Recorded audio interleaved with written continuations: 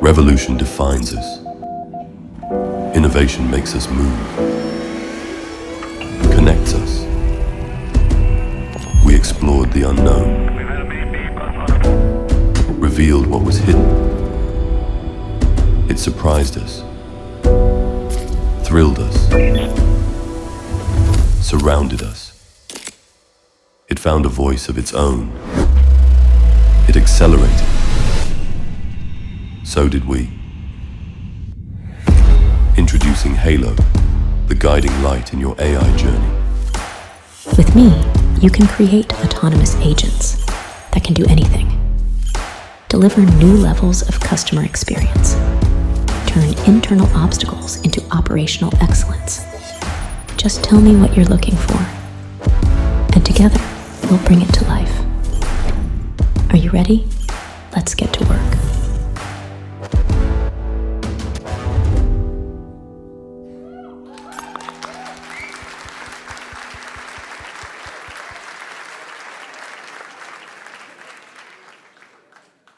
Okay, let's get to work indeed. It's so great to share this room with you today for a suspenseful moment that we've been working towards at CM for quite a bit. Now, most of the people are actually joining us online, tuning in through live stream. I think today alone, about 500 new attendees joined. So we've got scores of people tuning in globally, but we also have a packed room here at our headquarters in the theater. About 500 guests, including our own colleagues that are watching, to watch our new product unveil, or better yet, an unveil of a product family called Halo. As you heard, the guiding light in your AI journey. So, for the next 60 minutes or so, I hope you're all still energized. You're all mine, because there is loads to unpack for today's launch, which, as the introduction video leads you to suspect, is all about agentic AI. Sort of the buzzword, if you will, a bit of a hypey term for 2025 that we saw coming about 2 years ago. And we're going to walk you through the process towards that. We're going to primarily view loads of demos. We're going to do a part live, of course, which is a definitive part of a product launch. But let's start with some introductory content to make sure we all understand why this is also important. So agents, agentic AI, agentic systems, all sort of different ways to describe more or less the same thing, that this ChatGPT moment that we saw at the end of 2022, which introduced real-time chat with super smart AI, is now going to the next level of models that can not only talk, but also execute actions on your behalf. Now, with a business audience, I think this is going to be the ChatGPT moment for the enterprise the consumer already had with the launch of these types of tools, because value in a company gets created by doing stuff, not by saying stuff. If we were all to sit around in meeting rooms all day and just chat, no value would get created in a business. So it's sort of an open door, but it's easy to understand from that perspective why AI that can actually take actions inside your business is valuable and a different moment than what we've seen so far. So, as I said, many definitions. This is sort of the one that we adhere to, agentic systems, because it's also not just about agents, but how these agents interact with your systems. So your total application landscape, all of your existing colleagues, beyond your application landscape, all these actions that you want to get done need to be executed in every sort of nook and cranny of the existing platforms that you have. And it's that type of sort of in-depth integration and entanglement with these agents that creates the real magic of real substantive automation. So think about this as sort of multi-step decision-making makers in pursuit of a goal that can execute actions with your permission. As I said, something we've been seeing on the horizon for quite a bit. These slides actually date back to February 2023, so 2 years ago, give or take a few days, where we set out on a new strategy for us at CM.com to want to be your leading partner in this new AI era, which is going to be transformative and perhaps even a bit turbulent. And we want to be there to guide you throughout this process as you traverse this time. So what we started out with is what was sort of referred to as just popularly Gen AI. So infusing the products that we have from our conversational AI platform to our contact center software to marketing software, to infuse those products with information capability. So basically what we do is we take all of your business context and we reconstruct it at the right moment with exactly the right message for the task at hand so you can make appropriate decisions. So think about an agent assistant in your contact center, a writing assistant to set up your campaigns for marketing, and of course, chatbot applications. And we did so honoring our legacy in CPaaS, doing that in a channel agnostic way, because we integrate with all of these channels vertically. We've got global connections with operators around the world and direct connections with companies like Meta, Apple, and Google. So this is now, in retrospect, viewed as the period of assistance. That term wasn't really around back then. But we also glanced forward 2 years ago to what we expected would be next. Now we all know the term agents. Back then, that was far less of a thing.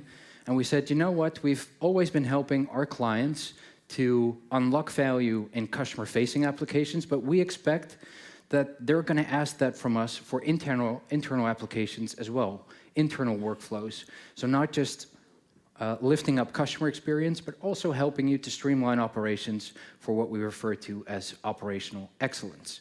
So this is the phase where AI takes actions, not just chat, multi-step actions, both in customer-facing applications and internally. And a bit more, perhaps of a scary picture, we don't think so, but is a bit more distant into the future, autonomous organizations. So these three pictures combined, the short-term, medium-term, long-term, you could ask like, yeah, what's short-term, medium-term, or long-term for you? Well, this is a 5-year plan that we embarked upon in these 3 steps, and we're now at this halfway point of agents. So another flashback, we were quick to jump on all of these developments. CM.com has always believed in AI, has made various acquisitions in this space. So we were equipped with a sizable workforce in terms of data science and development with know-how with these types of technologies. And early 2023, we launched our Gen AI engine. Now, this is a process that is nowadays known as RAG, or Retrieval Augmented Generation, or a more simple explanation would be Retrieve and Generate. Sounds intimidating, but it's actually aside from the complex graphic, a pretty straightforward process. So what we do on the left-hand side is we gather all of your business context. So this is information on your website, PDFs that are all around directories, other types of files, other types of customer data, product data that you might have, and we bring that all into one big storage layer upon which we can execute smart search.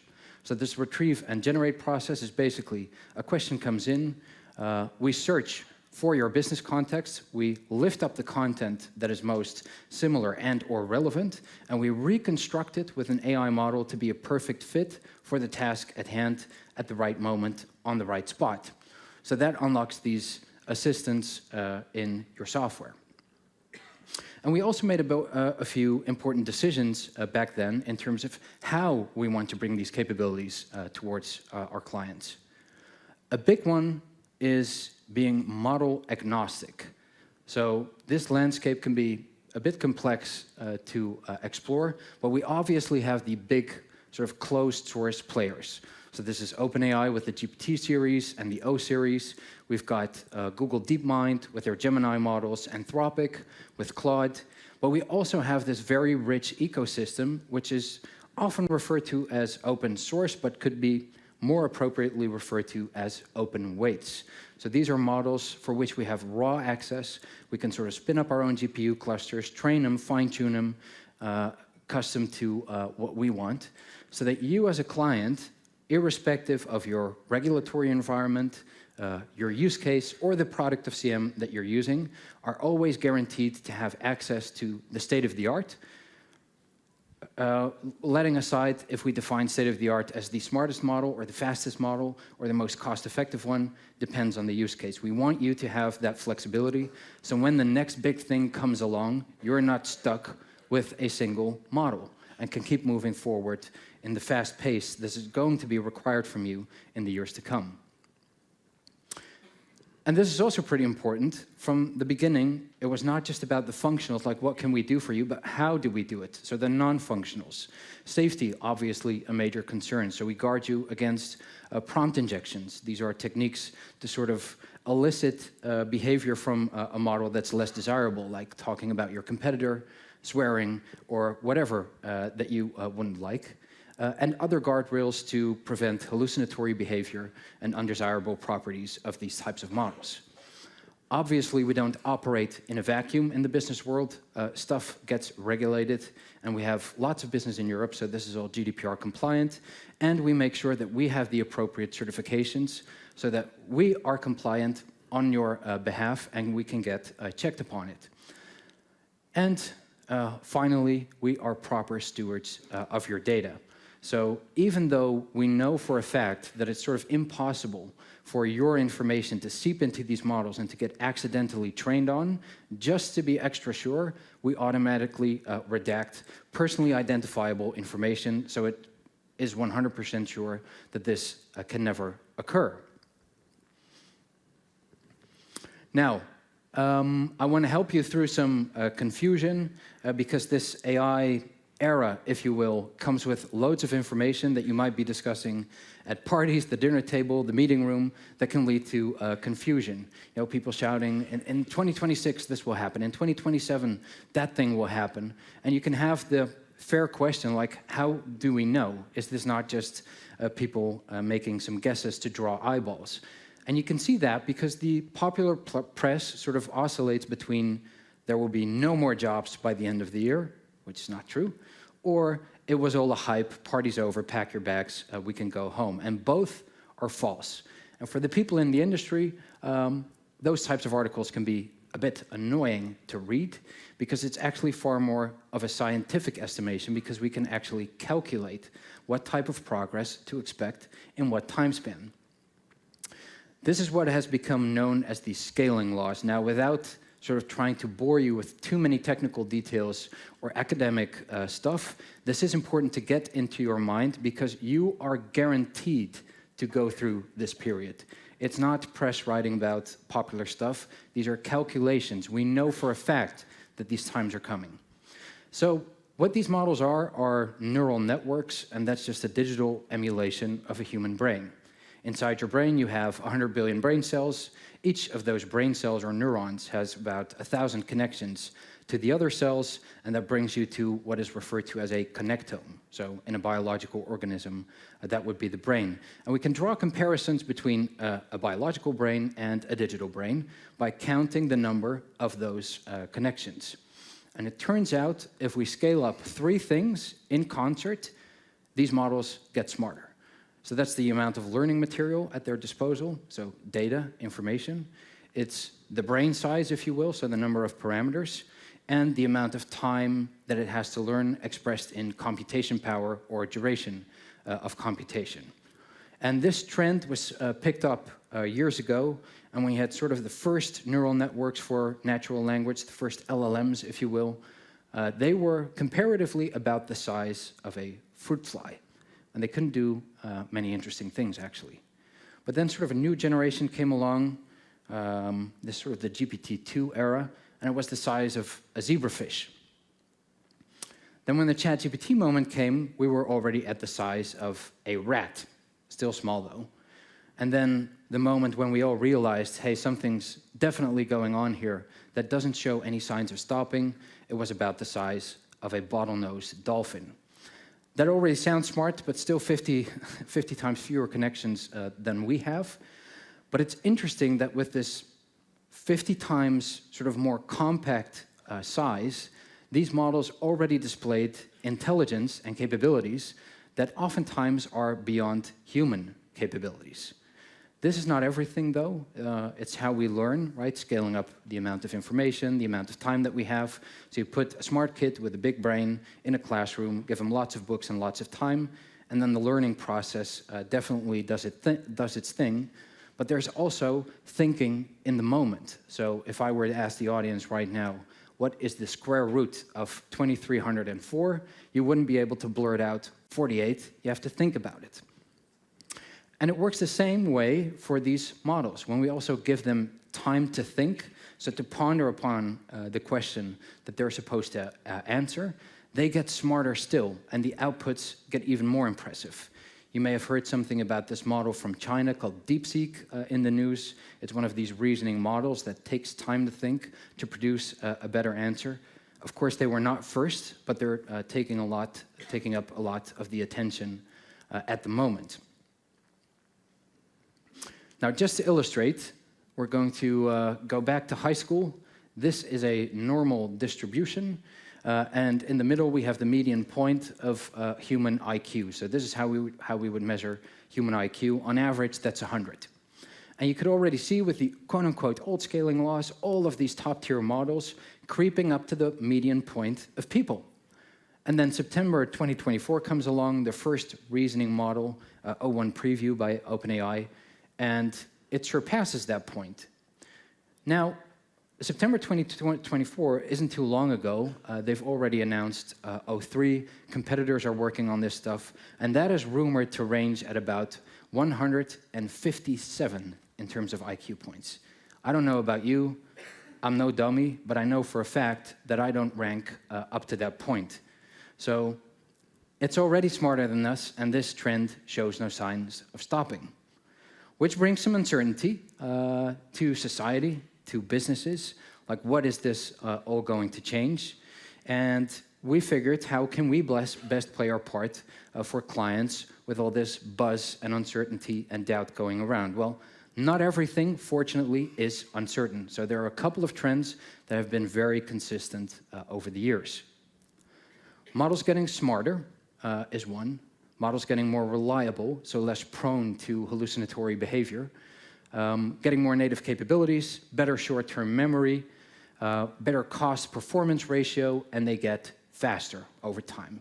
So with each crank of the model, we get a gain in all of these capabilities, and there's sort of a 6-month gap between the leading closed source providers and the open weights community. So based on those trends, we developed a new product as part of the Halo portfolio that works with you on these trends, so that every time that such a model crank occurs, your product instantaneously gets better, right? So no classical approaches, a dared approach to make sure that you always have the best of the best at your disposal. And as I said, it's all about integration as well, if you're into application landscape. And we at CM.com have a rich foundation to build on, because we've been around actually since 1999, and we've attained some of, or perhaps one of the broadest product portfolios in the world in all of that time. So all of these channels we do natively. We've got our marketing applications, service applications, AI, of course, a customer data platform, our marketplace for integrations, our own payments platform, and some transactional products for ticketing, identity verification, and other things. And it's when we tie that together and sort of have this agentic product serve as an intelligent needle and thread throughout our platform that we can create experience that, as far as I'm concerned, feel like magic. Now, so far, the boring story. Let's take a look at some software. So the first step when we want to do something interesting with an agentic system is actually creating an agent. So let's take our first look at Halo, and we're going to be configuring an agent to recommend products. So this is already a big change as far as I'm concerned. We've long been in the space of conversational marketing, right? Reaching out to scores of people on WhatsApp, SMS, conversational channels like this, which are two-way channels by default. There's no such thing as like no reply WhatsApp. This is not email. But there's a big difference between marketing and service when it comes to these types of AI applications. With service, it's like, let's say, a dozen buckets that we can divide these questions into, and we funnel them down to the same intents to come to a resolution for customers. With marketing, each individual has their own unique reasons to move towards a purchase and perhaps a unique product. So that is far more difficult to grasp.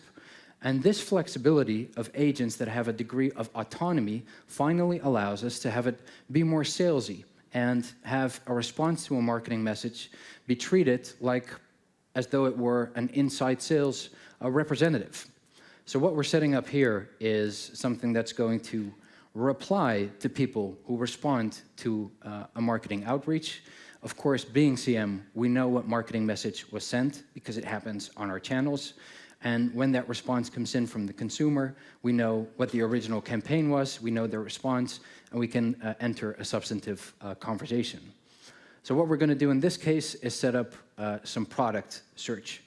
So you can see the typing going on the left-hand side, and on the right-hand side, you can see the fully functional workflow coming to life. So this is literally all you do inside the product to create an agent. You write down what you want, and you get the end result on the right-hand side. You can see a tool being called, in this case, a search tool. So this is one of the examples, one of the many examples of tool use and action capability. In this case, we're going to search our product feed, in which you can put all your products. We're also going to search the knowledge base of this particular fictitious client, which is one of our own environments, and we're going to search the internet. So we can reach within your applications, and we can reach beyond. So what that allows us to do, that search knowledge base step, is actually already a product in and of itself. So we're going from RAG to agentic RAG. The big difference being with vanilla RAG, someone asks a question, we search for your content, and we generate an answer right away. Here there's a multi-step process before that point. So if a consumer reaches out, let's say you're in consumer electronics saying, my phone is broken, we don't automatically generate an answer based on that limited input that your phone is broken. We'll be asking, what brand? What precisely about this product is broken? Is your Bluetooth turned on? All of these types of triage questions will get asked, and it's the agent that ultimately executes the search query, and not the consumer, leading to far targeted and more relevant information. So now we know how to set up an agent. By the end of this, we're also going to show the beauty of the end result, how it actually works and feels for a consumer. But let's just start here, setting up an agent as easy as typing what you want. Then next up, of course, are these tools, because you already had these ready-made tools in this agent. The knowledge tool was already there. The product feed tool was already there, which may sound like sort of a cheat. So we're also going to look at how do we create tools, and is that just as easy? So there are two ways in which you can create a tool. One is from scratch, where you build it out with all of its possibilities. Another is from a template. So these are some templates that, truth be told, we actually provisioned yesterday, and we're going to be building out on the same pace continuously until this fills up with hundreds and even thousands of ready-made tools that you can freely use. So you don't need to do anything to create a tool. You just pick the use case, import, and you're ready to go. Now, for the smart security folks in the audience, you can see some keys being entered. Yes, those are real. Yes, those are production, but we swapped them out. So if you're going to try something funny, they will no longer work. Back to our product search, right? So we imported this tool. There's a sort of chain of tools with API calls, perhaps some code executions, all tied together to give you that end-to-end result of being able to search this product feed, which may even include something like a SQL statement to get the job done. So easy as that when you import, and as you can see, multiple choices at your disposal. And we're going to show something at the end, because some of this stuff might be a bit intimidating for you to look at when you see code on the screen. Trust me, stuff is going to get easier still. Then we've got our agent. We've got a tool. We're working towards this marketing follow-up on a campaign for sort of our mock inside sales representative. But we need to test if stuff properly works because we're going to put something live. So let's take a look at that as well. You can simply run your test with the input that you're expecting. In this case, someone is looking for natural-looking Scandinavian furniture. And now we're going to run our tool and see which of all those steps that have been chained together are executed properly, where there is a failure, and if so, how we can mitigate that failure. So you're easily guided through this process of what works and what doesn't, and have ample information to act upon if you see something that wasn't perfect just yet, so you can fine-tune it before you actually put it live. Then there's something that we've been doing for quite a bit, which is adding knowledge. We now know about your processes with an agent. We know about your application landscape, if you will, with a tool. What we don't know yet is sort of general information about your business. So that's adding knowledge. Very simple as well. So what we're going to do is add some of your content. This can be done by using our web crawler, in which we just scrape your website and ingest all of that information. You can simply add files in multiple file types, and we've got some automated sources as well. Let's say an external knowledge base, for example, to import that information. And then once you've done that, you just click sync. The sync starts running, and when it's finished, we basically have all of your business context. So now we have some of your processes, we know a bit about your application landscape, and we have some generic information about your business. However, your processes, your application landscape, and what you actually do is not what makes you unique. What makes you unique is who you are. Your identity as a brand, how you interact with your customers, is also something that sets you apart from other people. So that's what we refer to as style, and this is where you configure your tone of voice, if you will. Do we want this to be formal or informal, right? What is the character description of this digital representative that's going to interface with our end clients? Also a very easy and guided process where you can sort of take some general ideas or short description about who you are and what your company identity is, and this will be generated for you. So, we now know what your identity is. We know a thing or two about the substance of your business. We know about your application landscape. And we know a thing or two about your products. And that's when we can all get it together. But there's still another important factor, and that is governance. So governance used to be very straightforward with quote-unquote classical software. You've got business users pressing buttons in an interface, and you've got like a role-based access control matrix in any given application. And when user A clicks button B, you have a permission structure. Is this person allowed to do that or not? In this case, we've got agents interacting with your systems. And how do we know and assert whether or not they're allowed to do what they're about to do? Because this is sort of the exciting part, if you will. When it actually uses a tool and interacts with the environment and an action takes place, that's where things might go wrong if you don't set it up properly. But no worries, because we've got you covered here as well. This is also a great shout out to the core team and all of the other teams, by the way. Needless to say, I'm just up here as a conduit for groups of talented people that have worked very hard to get this done. But we've mapped out sort of all of the participants working on this particular project.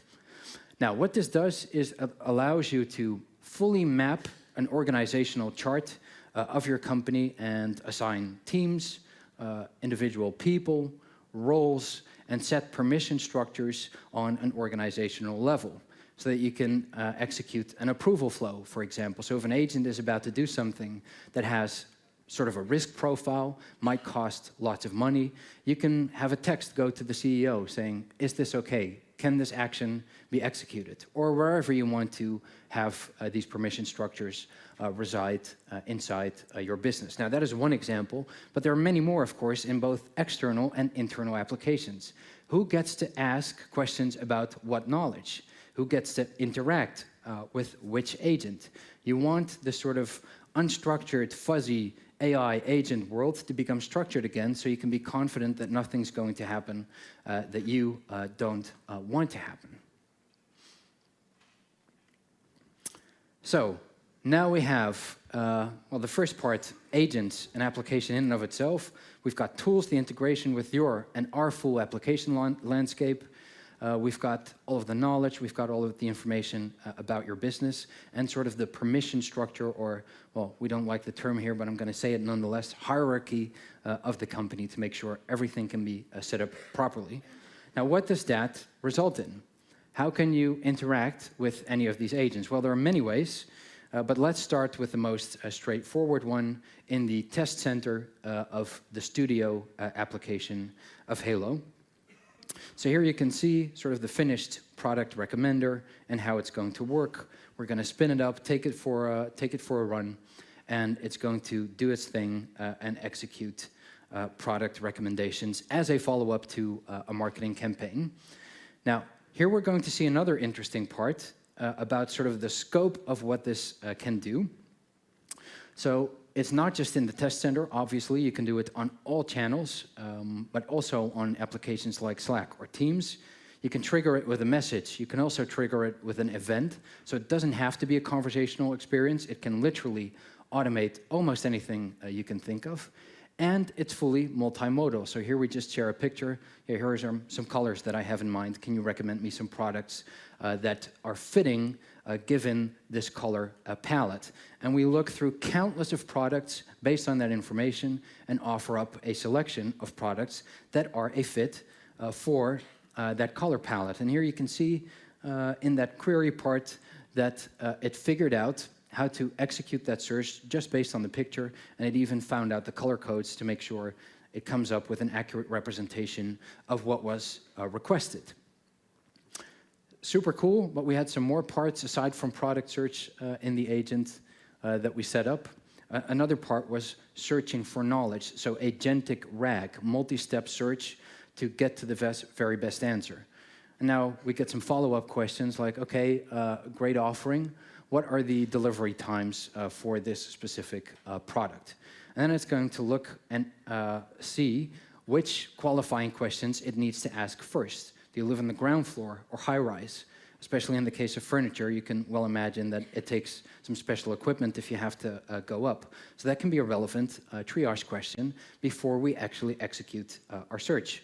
So we get some more information from the person on the other end, and we can continue this process, run through all of your information, and come up with the best answer. Already pretty cool. So we've now looked into your products. We've looked into some general information. Now, what if someone asks something outside of that scope? That would be a next possibility. So now we're going to ask something that is not unique to your business, and we're going to use web search to supplement and complement this full experience. And we're going to ask about a bank holiday, which of course is not part of your sort of business context. You do not upload lists of when there's a holiday, what the weather will be like, and that type of information. So here we query the web within safeguards to make sure that we can fetch the information without doing anything risky, and we can figure out whether that day is appropriate or not to do a delivery. And I think in this case, we're all good. So the test center is where you test this out, and then you can bring it live on our out-of-the-box web chat component, on WhatsApp, on RCS, on Apple Messages for Business, on any of these channels that we have on offer, on Slack and on Teams, and you can call these agents from our own products as well. So let's go even deeper into the experience. Here we have our own contact center software. You can also imagine something third-party, but let's focus on this for now. And we're also going to be calling an agent to assist the human agent into executing an action. And we're going to look at some other things that I just forgot about, but it's also very important. We did everything so far in English, but this is fully multilingual. This might as well have been Spanish, Italian, French, German, doesn't matter. You just set it up once, it automatically translates back and forth, no matter what your source language is. And here in the contact center software, we also have this experience. So a consumer can be talking in Polish, a human agent in German.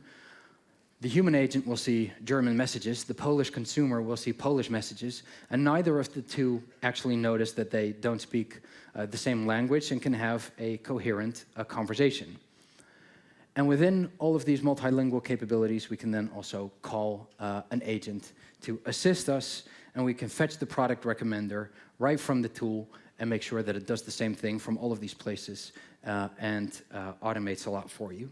And this is where that sort of nook and cranny story comes in.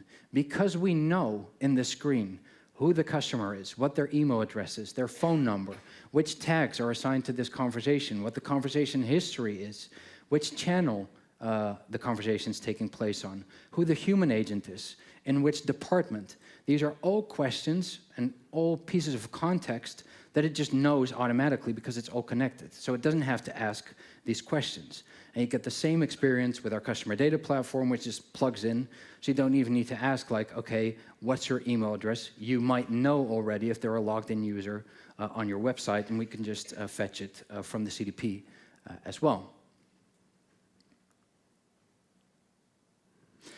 Now, these are great examples of how to simply, at least from my perspective, as someone who's perhaps a bit more technical than the typical business user, very easy ways to set up an agent, very easy ways to set up a tool, sync your knowledge, construct your governance, and automate whatever it is that you want.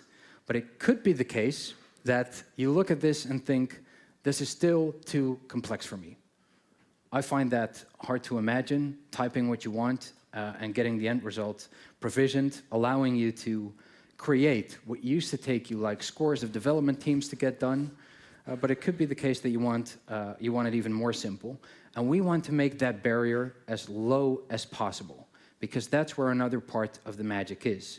If you think about technology, it's been true for a long time that you can sort of make whatever you want, but the question is, how much effort is it going to take for me to make this? If it's going to take you like a 6-month process to build something that will automate a task that will save you 5 minutes a day, well, hooray for you.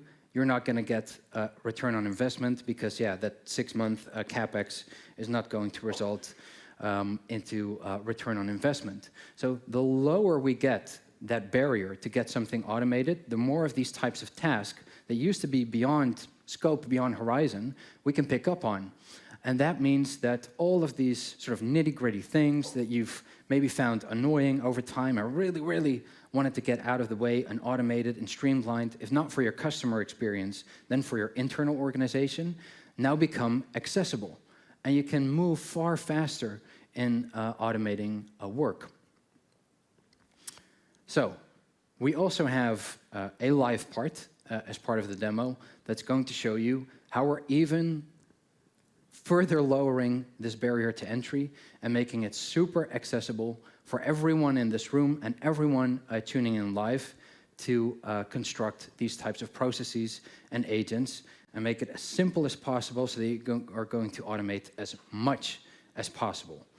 Now, for this part, we're actually going to switch to this laptop that I've set up right here so that people on the technical side can switch screens. You may have been wondering throughout the presentation what this chair is doing here and what the laptop is doing here, and perhaps also what the gin tonic is doing here.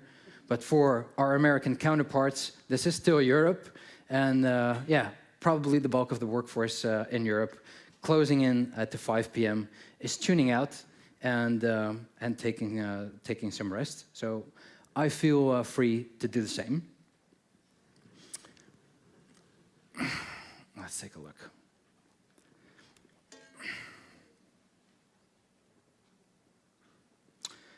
So now we're going to view 2 ways to make this job even easier for you and to really move quickly with everything that you've just seen. So so far, we've been looking at sort of creating and constructing an agent yourself by writing what you want. And it was funny because when we had sort of this version of the product done, we went across the company and asked colleagues, build something. And we put them behind a chair, gave them the laptop. They'd be like, yeah, but what? And we'd be like, oh, we don't care, whatever you want, whatever is on your mind to automate. And then you sometimes get this like blank box syndrome that when people are allowed to give their instructions about what they want, that they actually find it difficult to come up with something. Just like with reporting, if there's so much data to look at, you get like analysis paralysis. Here you get the blank box syndrome just as well.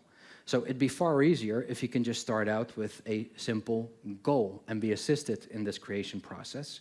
So what we hid throughout the demo is that there's actually a helpful assistant to construct these agents, these tools, and all of the other stuff that you've just seen. So if you don't know Python, don't worry, the assistant does. You only need to know what you want. So let's look at an example. We've now talked about a marketing use case with this sort of product recommender follow-up.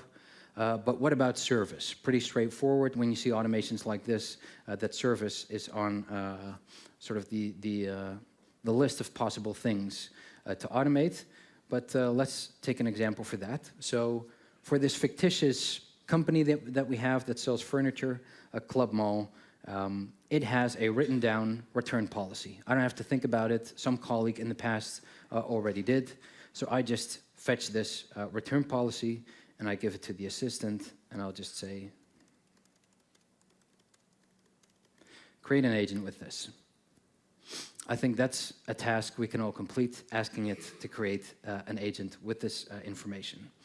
So it starts indexing all of the information inside that file and ask me some qualifying questions to complete the process. Provide a name for the agent. I'm going to be even more lazy. Whatever you want. And let's see what it comes up with.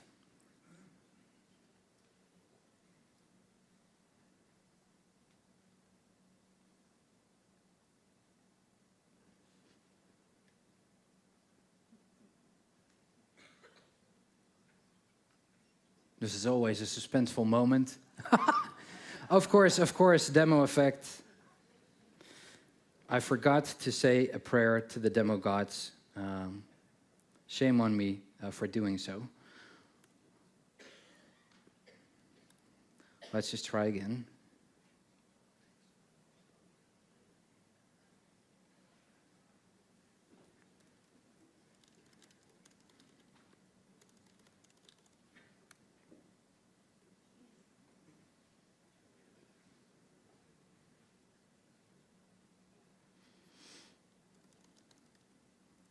Let's be a bit more specific, perhaps.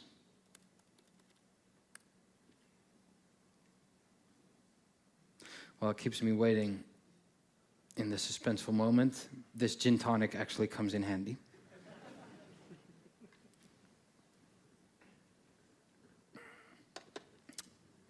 Boom. So, someone was really generous with the gin part. The tonic was for color. Anyways, we now have, based on this document, a very verbose agent description and a fully functional workflow based on that very verbose description. And this is how big these agents can get and all the decisions that they make based on the information that you provide. So this is a super simple process. Upload a document and just have it figure it out based on the goal that you set. It becomes even easier when you upload all of your knowledge in that knowledge part, so we can apply this type of sort of process mining on the information that you have and uncover and start suggesting agents for you as well.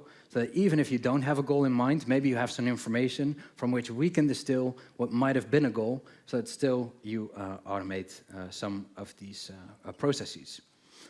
Now that's one way to do it.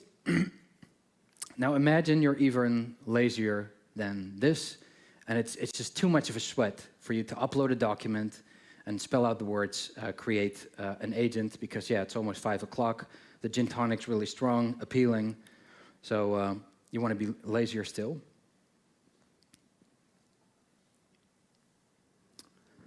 let's create an agent to automate procurement. We're going to ask for the creation of a purchase order number. You can ask for a department key, a vendor key, and a category key, and create an agent with that, and maybe use a procurement tool to make sure that you use those keys to automate a process to generate a purchase order number. I couldn't find a specific procurement tool in the current tools list. No problem, you can just use a placeholder tool for now. The automated procurement agent has been successfully created with a placeholder tool for procurement. You can replace the placeholder with the appropriate tool later. Excellent, thank you. You're welcome. If you need any further assistance, feel free to ask. Will do, thank you very much. Okay, on that note, we've now seen how you can create agents if you feel inclined to do it by hand, how you can explore your application landscape and create tools. You can add all of your knowledge, describe your company. There's lots more to show and tell inside of this product, but we wanted to keep it a bit within a time to make sure you don't get overloaded with information. So imagine this future of you being in the boardroom with your colleagues, kicking up your feet, putting your hands behind your neck, having a meeting together and describing what you want, or just describing some high-level goals that you have for the year, and see this process come to life for agents that can automate stuff to reduce cost, but also for agents that can automate stuff to encourage growth, because it's not all about a cost reduction, especially with those marketing-like and salesy use cases. You can really drive growth for your company without having to hire an infinite pool of people to align with that growth. So this gives us a high-level impression of today's launch. We're going to follow up with more material and go really in-depth on particular details about reporting and maybe some other things that you would like to know about. We've got AI specialists all around the room that you can ask follow-up questions. We've got multiple people with laptops who can show you around as well, and we can really get into the nitty-gritty on an individual basis. As I said, though, this was just one product for the Halo product family. We're already looking towards the next moment, the next big moment in Agentic AI, with a new product that we're going to be launching at around this summer. So we've just looked at a particular category of agent. We foresee other categories of agents that are different types of interactions, more very complex work, research types of things, programming types of things, and this all coming together in sort of the new way to work, the operating system for your business, where we as people, in the language we know, natural language, can talk to computers, they adapt to us, instead of us having to adapt to them. So more this summer. For now, I want to thank you all for joining us in this moment that we've all been looking forward to for a very, very long time. We're super excited about this product, about what it can do. Normally we ask, or users would ask, what can this help me do? The better question this time around is, what can it not do? We haven't figured out much yet, but we hope, of course, that you start out working with this stuff, and perhaps you can figure something out that's not possible, but I think the list will be limited.